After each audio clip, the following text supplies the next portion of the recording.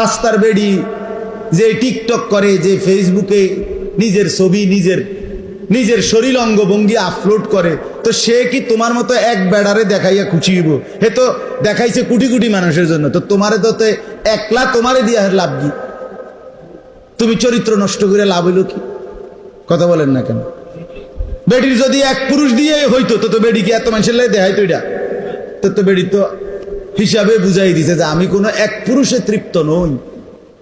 কাজে তুমি একক যুবক, আমারে দেখা যদি ঘুম মারো, চরিত্র নষ্ট করো, শরীর নষ্ট করো, কাপড় নষ্ট করো, শেষ পর্যন্ত যৌবন তোমারই নষ্ট হবে, আর কিচ্ছু লাভ হবে না। আমি তো তোমার জন্য না, আমি তো উন্মুক্ত প্রদর্শনীর জন্য দিছি নিজেকে। নাউযুবিল্লাহ।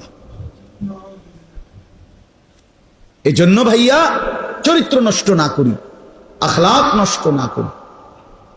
কি লাভ? কি অর্থহীন এই কাজের মধ্যে কি ফায়দা?